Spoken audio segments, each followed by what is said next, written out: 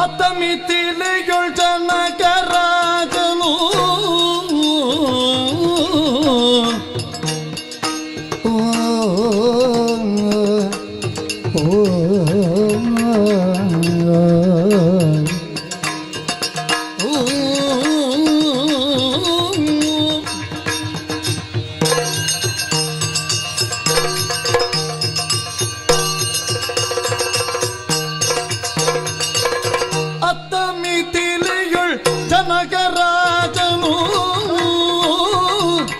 ತನ್ನ ಕುವರಿಗೆ ಪರಿಣಯವ ಅರ್ತಿಯಲಿತ ಮಾಡ ಪೊರಟನು ಸ್ವಸ್ಥದಿಂದ ತನ್ನ ಕುವರಿಗೆ ಅರ್ತಿಯಲಿತ ಮಾಡ ಪೊರಟನು ಸ್ವಸ್ಥದಿಂದ ಪರಿಣಯವ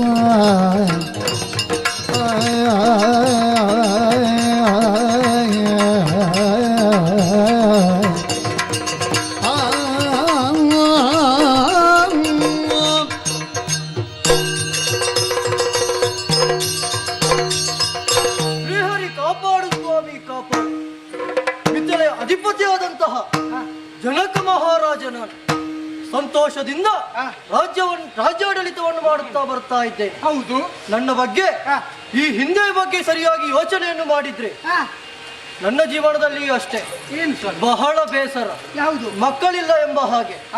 ಆ ಹೊತ್ತಿಗೆ ಹಿರಿಯರ ಮಾರ್ಗದರ್ಶನದಂತೆ ಪುತ್ರ ಕಾಮೇಷ್ಟಿಯನ್ನು ಮಾಡುವುದಕ್ಕಾಗಿ ಹೊರಟವನ. ಹೌದು, ಭೂಮಿಯನ್ನು ಚಿನ್ನದ ನೇಗಿಲಿನಿಂದ ಉಳುವಂತಹ ಸಮಯದಲ್ಲಿ ಒಂದು ಮಗು ದೊರೆಯಿತು. ಅವಳೇ ಸೀತೆ. ಜನಕನ ಮಗಳಾಗಿರುವುದರಿಂದ ಜಾನಕಿ ಅಂತಲೂ ಕರೀತಾರೆ. ಹೌದು, ಆದರೆ ಈ ಹೊತ್ತಿಗೆ ಪ್ರಾಯ ಪ್ರಬುದ್ಧಳಾದ ಅವಳಿಗೆ ಮದುವೆ ಮಾಡಬೇಕಾಗು ಎಂಬುದಾಗಿ ನಿರ್ಧಾರವನ್ನು ಕೈಗೊಂಡವ ನಾನು. ತಂದೆಯ ಕರ್ತವ್ಯ ತಾನೆ. ಹೌದಲ್ವೇ? ಹಾಗಂತ ಹೇಳಿ ಸಾಮಾನ್ಯರಿಗೆ ಕೊಟ್ಟು ಮದುವೆ ಮಾಡುವುದಕ್ಕಾಗ್ತದ? ಯಾಕೆ? ಸರಿಯಾಗಿ ಯೋಚನೆ ಮಾಡಿದಾಗ ಈ ಹಿಂದೆ ನಮ್ಮ ಪೂರ್ವಜರಿಗೆ ಶಿವಧನಸ್ಸು ಬಳುವಳಿಯಾಗಿ ಬಂದಿತ್ತು. ಹೌದಂತೆ. ಅದನ್ನು ಸಾಮಾನ್ಯರಿಗೆ ಎತ್ತುವುದಕ್ಕೆ ಸಾಧ್ಯ ಉಂಟಾ? 5,000 ಚಕ್ರವುಳ್ಳ ರಥದಿಂದ 10,000 ಮಂದಿಗಳು ದೂಡಿಕೊಂಡು ಬರಬೇಕಾದಂತಹ ಸ್ಥಿತಿ ಸಾಮಾನ್ಯ ಜನರಿಗೆ. ಅಷ್ಟು ಭಾರ ಉಂಟು. ಹೌದು. ಹಾಗಂತ ಹೇಳಿ ಸೀತೆಗೆ ಅದು ಮಕ್ಕಳಾಟಿಕೆ. ಸಣ್ಣ ಇರುವಾಗಲೇ ಅದನ್ನು ಎತ್ತಿ ಆಟಾಡಿಕೊಂಡು ಬಂದವಳು ಸೀತೆ. ಕೈಯಿಂದ ಸೀತೆಯ ಬಗ್ಗೆ ಸರಿಯಾಗಿ ಯೋಚನೆ ಮಾಡಿದಾಗ ಸೀತೆಯು ಸಾಮಾನ್ಯದವಳೆ ಇಲ್ಲ. ಹಾಗಂತ ಹೇಳಿ ಸಾಮಾನ್ಯರ ಜೊತೆ ಮದುವೆ ಮಾಡಿಕೊಡುವುದಕ್ಕೂ ಸಾಧ್ಯವಿಲ್ಲ. ಏನೇ ಆಗ್ಲಿ ಈ ಹೆಣ್ಣೆತ್ತವರಿಗೆ ಒಂದು ಮನದಲ್ಲಿ ಚಿಂತೆ ಇದ್ದೇ ಇರ್ತದೆ. ಮಗಳ ಮದುವೆಯನ್ನು ಮಾಡಿಕೊಟ್ರೆ ಅವರ ಜೀವನದ ಬಹಳ ದೊಡ್ಡ ಜವಾಬ್ದಾರಿ ಒಂದು ಮುಗಿಯುತ್ತದೆ ಎಂಬುದಾಗಿ. ಹೌದೌದು. ಈ ಹೊತ್ತಿಗೆ ಸೀತೆ ಪ್ರಾಯ ಪ್ರಬುದ್ಧಳಾಗಿದ್ದಾಳೆ. ಮದುವೆ ಸಮೀಪಿಸಿದೆ. ಎಲ್ಲರಿಗೂ ಆಹ್ವಾನವನ್ನು ಕೊಟ್ಟಿದ್ದೇವೆ, ಆಮಂತ್ರಣ ಕಳುಹಿಸಿದೆ, ಎಲ್ಲ ಆಗಿದೆ. ಆದರೆ ಬರಬೇಕಾದಂತಹ ರಾಜರು ಇನ್ನೂ ಬಂದಿಲ್ವಲ್ಲ. ಎಲ್ಲ ಬಿಡಿ.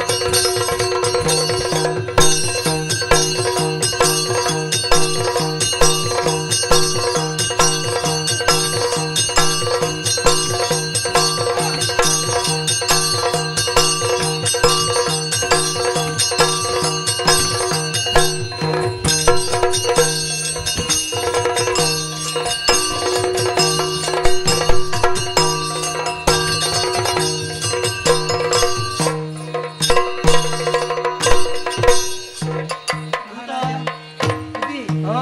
ನಾದಿರೆಲ್ಲರೂ ಬಂದು ಸೇರಿದ್ದಾರೆ. ಹೌದು. ಅವರಿಗೆ ಸರಿಯಾದ ಆಸನದ ವ್ಯವಸ್ಥೆ ಆಗಬೇಕು. ಆಹಾ. ಹೌದಲ್ವಾ? ಮಾಡಿ ಮಾಡಿ.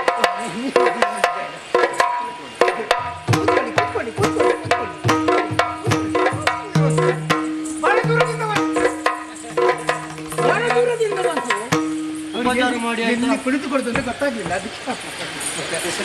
ನಮಸ್ಕಾರ. ಪ್ರತಿ ನಮಸ್ಕಾರ. ನಮ್ಮ ಹೆಸರು? ನನ್ನ ಹೆಸರು ದೃಢವರ್ಮ. ದೃಢವರ್ಮ. ಹಾ. ಚಿಂತಿಲ್ಲ. ತಮ್ಮ ಊರು? ಅಂಗದೇಶ. ಹಾ. ಈತನೀಗ ಲಂಗದ ದೀಪನು. ಹೇ, ಯಾರ ಲಂಗದ ಅಂಗದೇಶ. ಅಂಗದೇಶದ ದೃಢವರ್ಮ. ನಮಸ್ಕಾರ. ಬಂತು ಹಿಂದೆ ಕೊಡುವ ಅಭ್ಯಾಸ ಇಲ್ವಾ? ಅಷ್ಟೇ. ಅಷ್ಟೇ. ಅದೊಂದವರಲ್ವಾ? ಚಿಂತೆ ಇಲ್ಲ. ಇದು ತಮ್ಮ ಹೆಸರು? ರತ್ನಗೇತ. ರತ್ನ. ಏತ ರತ್ನ ಯಾರು? ಅಮ್ಮನ. ಇದು ಊರು? ವಂಗದಾಧಿಪತಿ. ವಂಗ ಆದಿತಪ್ಪ. ಇವರು ಅಂಗದಧಿಪರಂತೆ, ಅವರು ವಂಗದಧಿಪರು. ಎಲ್ಲರೂ ಬಂದು ಸೇರಿದವರಿದ್ದಾರೆ. ಎಲ್ಲ ತುಂಬಾ ಮಂದಿ ಒಂದು ಇನ್ನು ಬರುವುದಕ್ಕೆ ಅದ್ಯಾರು?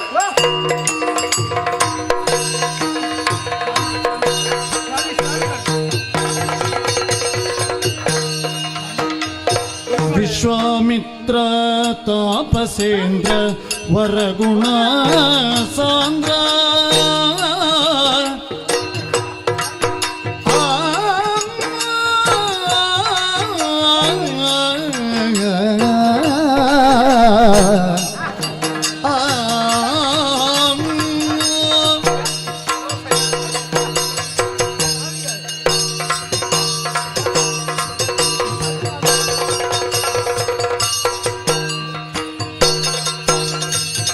ವಿಶ್ವಾಮಿತ್ರ ತಾಪಸೇಂದ್ರ ವರಗುಣ ಸಾಂದ್ರ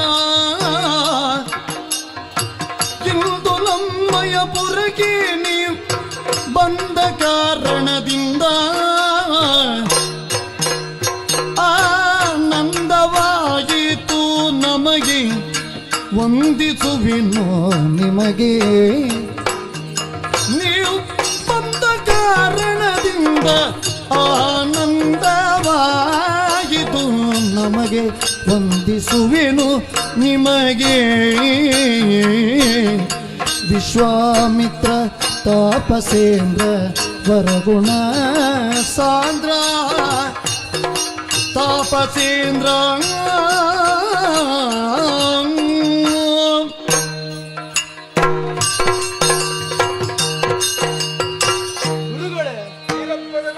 ಹೊಂದಿಸಿಕೊಳ್ತಾ ಇದ್ದೇನೆ. ಸ್ವಾಮಿ ಸ್ವಾಮಿ, ತಮ್ಮ ಕಾಲುಗಳಿಗೆ ಅಡ್ಡ ಬಿದ್ದಿದ್ದೇನೆ. ನನ್ನ ಕುಟುಂಬ ಸಮೇತ ಉದ್ಧಾರ. ಕಾಲಲ್ಲಿಷ್ಟೇ ಉಂಟು ಸ್ವಾಮಿ. ಎಂತದ್ದು? ಪುಣ್ಯ. ಗುರುಗಳೇ, ಈ ಹೊತ್ತಿಗೆ ನಮ್ಮ ಪುರಕ್ಕೆ ನೀವು ಬಂದವರು. ನಿಮ್ಮ ಆಗಮನದಿಂದ ನಮಗೆಲ್ಲ ಸಂತೋಷವಾಗಿದೆ. ಗುರುಗಳೇ, ಈ ದಿನ ಬಹಳಷ್ಟು ವಿಶೇಷವಾಗಿ ಹಾಗಾದ್ರೆ ಸ್ವಯಂವರದ ಏನೇನು ಸಿದ್ಧತೆ ಮುಂದುವರಿಯಲಿ. ಎಲ್ಲಿ ಜಾನಕಿ ಯುವ ಧನುಸ್ಸಿನ ಜೊತೆ ಸಭೆಗೆ ಬರಲಿ. ಸಭೆಗೆ ಬರಲಿ. ನಮ್ಮ ಬಿಲ್ಲೆತ್ತಿನ ಸೀತಮ್ಮ. ಸೀತಮ್ಮ. ಸೀತಮ್ಮ. ದೂತ, ನಮ್ಮದು ಬಿಲ್ಲೆತ್ತಿ ಮದುವೆ ಅಲ್ವಾ? ಹೌದು. ಬಿಲ್ಲನ್ನು ಎತ್ತಿ ಹೌದು. ಮದುವೆ ಅಂತ ನಾನು ಅದನ್ನೇ ಹೇಳಿ. ತುಂಬಾ ಹೃಸ್ವ ಮಾಡಬಾರದು. ದೀರ್ಘ ಇರುವುದು ದೀರ್ಘವೇ ಇರಲಿ. ಮುಗಿದು ಬೇಡ್ವಾ? ಗೊತ್ತಾಯ್ತಲ್ಲ, ಬಿಲ್ಲನ್ನು ಎತ್ತಿ ಎದೆ ಏರಿಸಿದವರಿಗೆ ಹುಡುಗಿಯನ್ನು ಕೊಡುವುದು. ಹೌದಾ? ನಿಮ್ಮಲ್ಲಿ ಸಾಮರ್ಥ್ಯ ಆಯ್ತಾ? ಹೇಳಿ ಹೇಳಿ ನೋಡಿ. ದೃಢವರ್ಮ ದೃಢದಿಂದ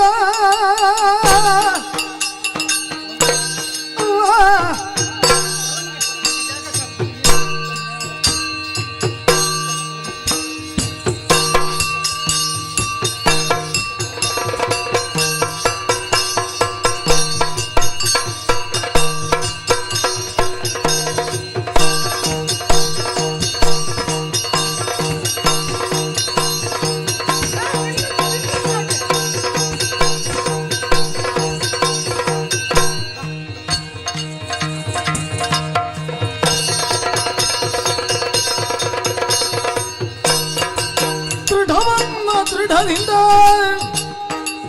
ಧನುವ ನೆಗ ಹುವೆ ನಾ ನಗ ಹುವೇನೆನುತ ಹೊರಟನಾಗ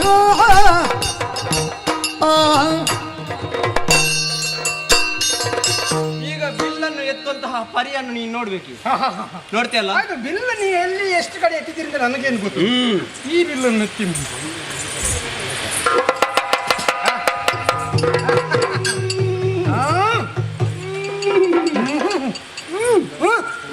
ಉಷ್ಣ ಉಷ್ಣ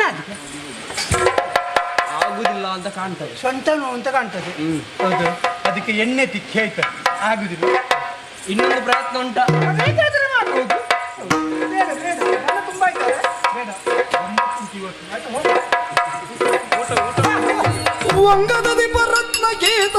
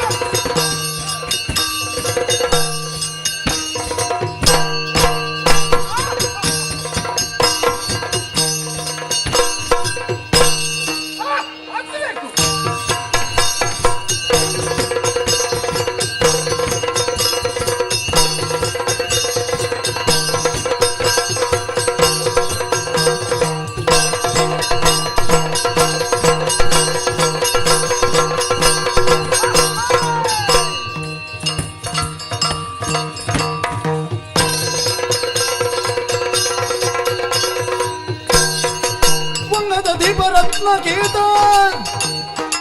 ಮುಂಗೈಯ ಬಳೆ ತಿದ್ದಿಕೊಂಡ ಗಂಗಾಧರನ ಚಾಪವ ನೆಗ ಹೂವೆನೆನುತ ಹೊರಟ.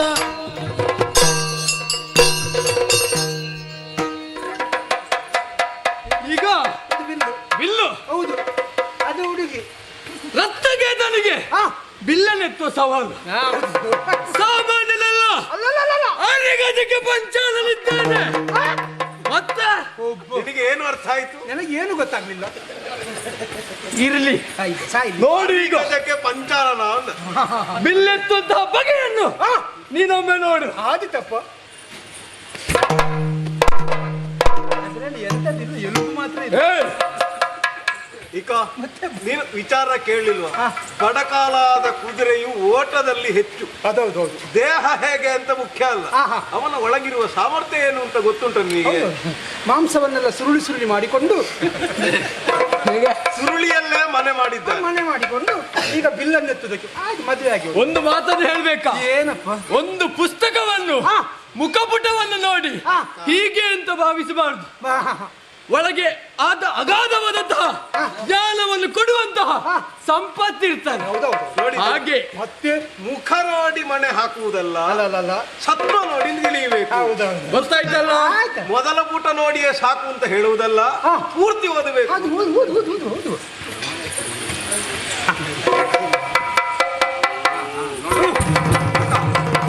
ಒಂದು ನಿಮಿಷ, ಒಂದು ಗಳಿಗೆ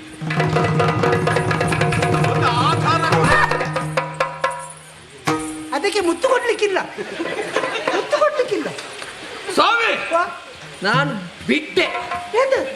ಯಾಕೆ ಗೊತ್ತು? ಈ ಬಿಲ್ಲೆ ಇಷ್ಟು ದೊಡ್ಡದಿರುವಾಗ ಹುಡುಗಿ ಹೇಗೆ? ಹುಡುಗಿ ಬಿಲ್ಲಿನಷ್ಟು ಉದ್ದ ಇಲ್ಲ. ಹಾಗಲ್ಲ, ಭವಿಷ್ಯದಲ್ಲಿ ಕಷ್ಟ ಉಂಟು ನನಗೆ. ಯಾಕೆ? ಈ ಹುಡುಗಿಯನ್ನು ಮದುವೆ ಆದ ಈ ಬಿಲ್ಲೆ ಇಷ್ಟು ಉದ್ದ ಉಂಟು. ಹೌದು, ಅಲ್ಲ, ಬಿಲ್ಲು ನಿಮಗೆ ಕೊಟ್ಟಿದ್ದಿಲ್ಲ. ಬಿಲ್ಲು ಎಲ್ಲ ಅವರು ನೋಡ್ಕೊಳ್ತಾರೆ. ನನಗೆ ಬೇಡ. ಆಯ್ತು, ಬರ್ತದ? ಆಯ್ತು, ಊಟ ಉಂಟು.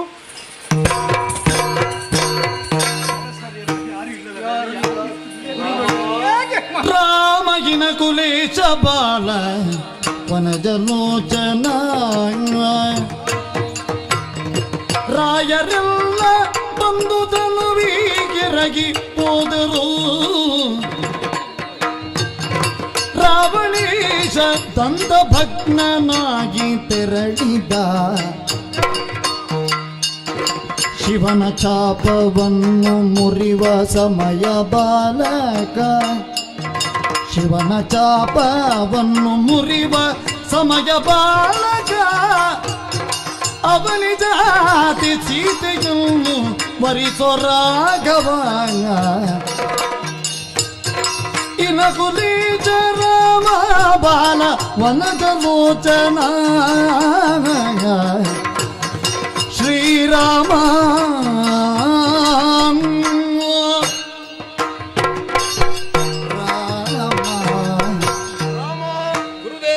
ದಿವ್ಯವೂ ಭವ್ಯವೂ ಆದಂತ ಶಿವನ ಧನುಸ್ಸು ಇದರ ಪೂರ್ವ ಕಥನಕವೇ ದೊಡ್ಡದು.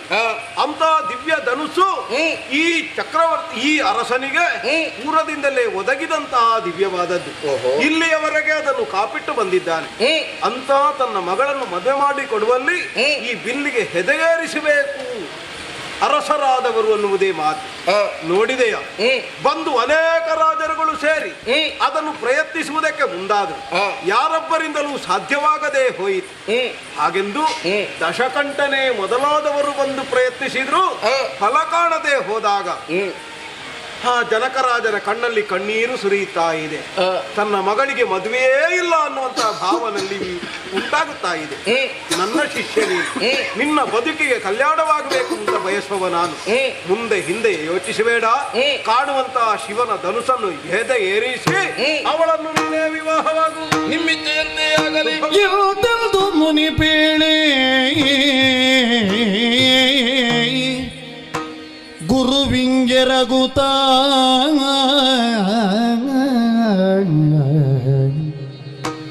ಹಿರಿಯರಿಗೆ ತಲೆವಾಗಿ ಮನೆಯ ದೇವರಿಗೆ ವಂದಿಸುತ್ತ ಅಷ್ಟ ದಿಕ್ಕುಗಳಿಗೆ ಪೊಡಮಟ್ಟು ರಾಘವ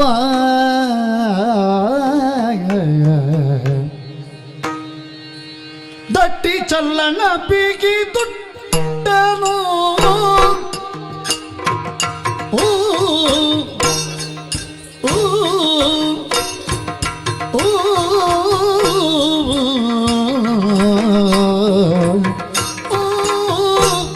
ಓ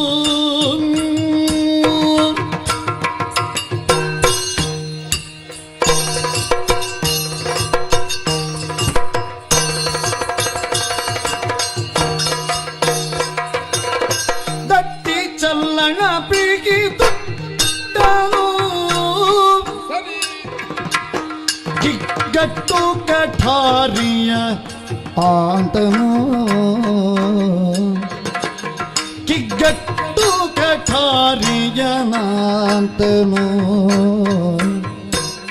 ತಟ್ಟನೆ ಬಿಲ್ಲನು ಹಿಡಿದನು ಅಘರಟ್ಟ ಧನುವ ಮುರಿದಿಟ್ಟನು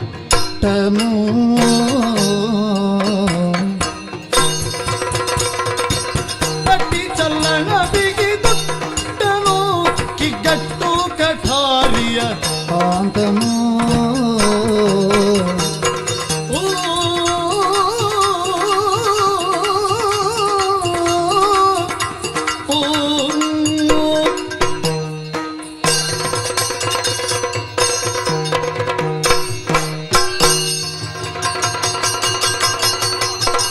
ಧನುವ ಮುರಿಯಲಾಗ ಸೀತೆಯು ವರ್ಣಮಾಲಿಕೆಯ ಕೊರಳಿಗಿಕ್ಕುತ್ತ ಸೀತಾ ಕಲ್ಯಾಣ ವೈಭೋಗಮೇ ಶ್ರೀರಾಮ ಕಲ್ಯಾಣ ವೈಭೋಗಮೇ ಕಲ್ಯಾಣವಾದುದು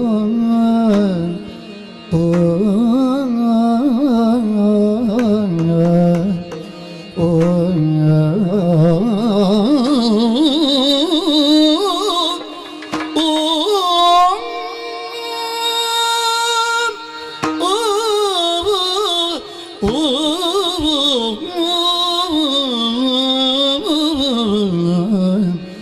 ಸೀತಾ ಕಲ್ಯಾಣವಾದುದು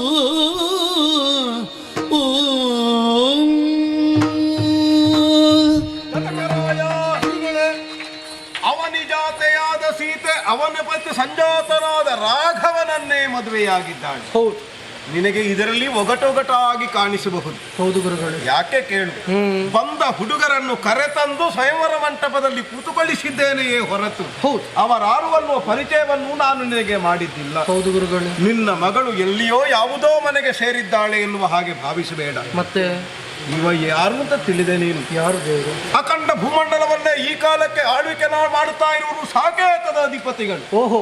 ಅದರಲ್ಲಿ ಈ ಕಾಲಕ್ಕೆ ಆಳುತ್ತಾ ಇರುವವನು ದಶರಥ ಭೂವರ. ಆ ದಶರಥ ಭೂಪತಿಗೆ 3 ಮಂದಿ ಮಡದಿಯರಲ್ಲಿ 4 ಮಂದಿ ಮಕ್ಕಳು ಯಜ್ಞಪುರುಷನ ಕಾರಣವಾಗಿ ಉದಿಸಿ ಬಂದವರು. ಈತನು ಕೌಸಲ್ಯ ಸಂಜಾತನಾದ ರಾಮ. ಮಾತ್ರವೇ ಅಲ್ಲ, ಕೈಕೆಯ ಮಗ ಭರತನೆಂಬವನು ಅರಮನೆಯಲ್ಲೇ ಇದ್ದಾನೆ. ಹಾಗೆ ಸುಮಿತ್ರಾದೇವಿಯಲ್ಲಿ ಉಭಯ ಮಕ್ಕಳು ಹುಟ್ಟಿದ್ದಾರೆ. ಇವನೇ ಲಕ್ಷ್ಮಣ, ಇವನ ತಮ್ಮ ಶತ್ರುಘ್ನ. 4 ಮಂದಿಗಳು 4 ವೇದಗಳ ಹಾಗೆ ಧರೆಯೊಳಗೆ ಕಾಣಿಸಿಕೊಂಡವರಿದ್ದಾರೆ. ಯಜ್ಞ ಸಂರಕ್ಷಣೆಯ ನಿಮಿತ್ತವಾಗಿ ಉಭಯರನ್ನು ನಾನು ಕರೆತಂದೆ. ಮಾರೀಚ ಸುಬಾಹುಗಳಿಗೆ ತಕ್ಕ ಶಾಸ್ತಿಯನ್ನು ಮಾಡಿಸಿದೆ, ತಾಟಕ್ಕಿಯ ಸಂಹರಣವನ್ನು ಮಾಡಿಸಿದ್ದೇನೆ. ಇಲ್ಲಿ ನಿಮ್ಮ ಅಂಬೋಣವನ್ನು ಅರಿತೆ ಇವನನ್ನು ಕರೆತಂದು ಜಾನಕಿಯೊಂದಿಗೆ ಕಲ್ಯಾಣವಾಗುವುದಕ್ಕೆ ನೆರೆಸಿದೆ. ಜಾನಕಿಯ ಕಲ್ಯಾಣವಾಯಿತು. ಹೌದು. ಹಾಗೆಂದು ನಾನು ಆಡಿದ್ದು ಅವರು ಮೂವರ ಕಲ್ಯಾಣವೂ ಆಗಬೇಕು ಅನ್ನುವ ಹಾಗೆ.